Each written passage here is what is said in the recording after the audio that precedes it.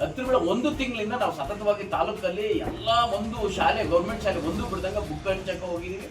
Book ಹಂಚಿದೀವಿ. ಒಂದು ಹೋಬಳಿ ಮುಗಿದ ಮೇಲೆ ವಿಡಿಒ ಇದು ಯಾರು BO ಮೇಡಮ್ ಅವರು ಒಂದು ಹೋಬಳಿ ಹಂಚಿದಾದ ಮೇಲೆ BO ಮೇಡಮ್ ಅವರು ಫೋನ್ ಮಾಡಿ ಎಲ್ಲಾ ಮೇಸ್ಟ್ರುಗಳು ಹೇಳ್ತಾರೆ ಆ ಬುಕ್ ಕೊಡ್ತಿರೋದನ್ನ ಯಾವುದೇ ಕಾರಣಕ್ಕೂ ತಗೊಂಡ್ಬಂದು ಫೋಟೋ ಇರೋದು ಅದೇ ಬುಕ್ ಅದೇ ಇದು MP ಅವರು ಈ 8 ತಿಂಗಳ ಹಿಂದೆ 9 ತಿಂಗಳ ಹಿಂದೆ ಹೋದ ವರ್ಷ ಇರ್ಬೋದು 25 ವರ್ಷದ 2025 ಸಾಲಿನಲ್ಲಿ ಇವರು MP ಅವರು ಬುಕ್ ಫೋಟೋ ಹಾಕಿ ಕೊಡ್ತಾರೆ ಇಡೀ ತಾಲೂಕು.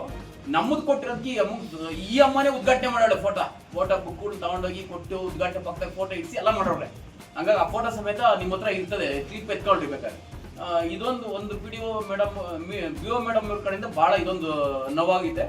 ಅದಾದ್ಮೇಲೆ ಬುಕ್ ಎಲ್ಲ ಕೊಟ್ಟಿದ್ದಾಯ್ತು, ಎಲ್ಲ ಆಯ್ತು. ನಾನು ಈ ತಾಲೂಕು 18 ವರ್ಷದಿಂದ ಸೇವೆ ಮಾಡ್ತೀನಿ, ಜಿಲ್ಲಾ ಪಂಚಾಯತಿ ಮೆಂಬರು. ನಾನು ಎಲ್ಲ ರೀತಿ 26 ಪಂಚಾಯತಿಗೂ ಏನ್ ಬರ್ತವೆ 360 ಹಳ್ಳಿಗೂ ಪ್ರತಿ ಸತಿನೂ ನಮ್ಮ ಬರ್ತಡೆಗೆ ಬ್ಯಾನರ್ಗಳು ಕಟ್ಟಿದೀವಿ. ಮೊನ್ನೆ ಉಗಾದಿ ಹಬ್ಬದ ದಿವಸನೂ ಕಟ್ಟಿದೀವಿ. ಮೊನ್ನೆ DK ಶಿವಕುಮಾರ್ ಗೆದ್ದಂತ ಸಂದರ್ಭದಲ್ಲಿ ನಾವು ಕಟ್ಟಿದೀವಿ ಬ್ಯಾನರ್ಗಳನ್ನ. ಏನೋ ನಮ್ಮ ರಾಜ್ಯದ ಮುಖ್ಯಮಂತ್ರಿ ಆದ್ರು ಅಂತ ಹೇಳಿ ಬ್ಯಾನರ್ಗಳು ಕಟ್ಟಿದೀವಿ. ಅವತ್ತು ಯಾರು ಕೇಳಲಿಲ್ಲ. ಇವತ್ತು ವೈಯಕ್ತಿಕವಾಗಿ ಹೊನ್ನವಳ್ಳಿ ಪೊಲೀಸ್ ಸ್ಟೇಷನ್ ಫೋನ್ ಮಾಡ್ತಾರಂತೆ DSP ಅವರು, ಬ್ಯಾನರ್ಗಳೆಲ್ಲ ತೆಗಿಸ್ರಿ ಅಂತ. ಕಿಬ್ನಳ್ಳಿ ಹೋಗ್ಲಿ ಪೊಲೀಸ್ ಫೋನ್ ಮಾಡ್ತಾರೆ, ಬ್ಯಾನರ್ ತೆಗಿಸ್ರಿ ಅಂತ. ನೊಣಿಕೆರೆ ಪೊಲೀಸ್ನವ್ರು ಫೋನ್ ಮಾಡ್ತಾರೆ, DSP ಅವರು ಬ್ಯಾನರ್ ಎಲ್ಲ ತೆಗಿಸ್ತಾವ್ರೆ. ಇದು ಉದ್ದೇಶಪೂರ್ವಕವಾಗಿ ರಾಜಕಾರಣ ಪಿತೂರಿ ಅಂತ ಹೇಳಕ್ ನಾನು ಬಯಸ್ತಾ ಇದ್ದೀನಿ.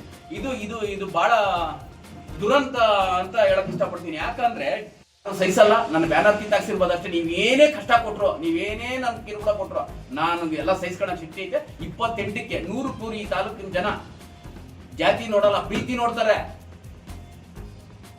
ಜಾತಿ ನೋಡಲ್ಲ, ಪ್ರೀತಿ ನೋಡ್ತಾರೆ, ಅಭಿಮಾನ ನೋಡ್ತಾರೆ, ಸ್ನೇಹ ನೋಡ್ತಾರೆ, ಬಾಂಧವ್ಯ ನೋಡ್ತಾರೆ. ಈ ಸತಿ ನೀವು ಚೆನ್ನಾಗಿ ಮಂದಟ್ಟಿಕ್ಕಬೇಕು. ಪ್ರೀತಿ ಗೆಲ್ತದ, ಜಾತಿ ಗೆಲ್ತದ ನೋಡ್ತೀವಿ. ಪ್ರೀತಿ ಇರ್ಬೇಕು, ಪ್ರೀತಿಸ್ಬೇಕು. ಎರಡೇ ಇರೋದು, ಒಂದು ಗಂಡು ಒಂದು ಹೆಣ್ಣು, ಎರಡೇ ಇರೋದು. ನಿನ್ ಮೈ ರಕ್ತ ಇರೋದು ಕೆಂಪು ರಕ್ತಾನೆ, ನನ್ನ ಮೈಗಿರೋದು ಕೆಂಪು ರಕ್ತಾನೆ. ಇಷ್ಟು ಇದು ರಾಜಕಾರಣ ಮಾಡಬಾರ್ದು. ನಾನು ಅವತ್ತು 2013ರಲ್ಲಿ ಸಿದ್ದರಾಮಯ್ಯ ಫಂಕ್ಷನ್ ಬಂದಾಗ ನಾನೇ ಜವಾಬ್ದಾರಿ ತಗೊಂಡಿದ್ದೆ.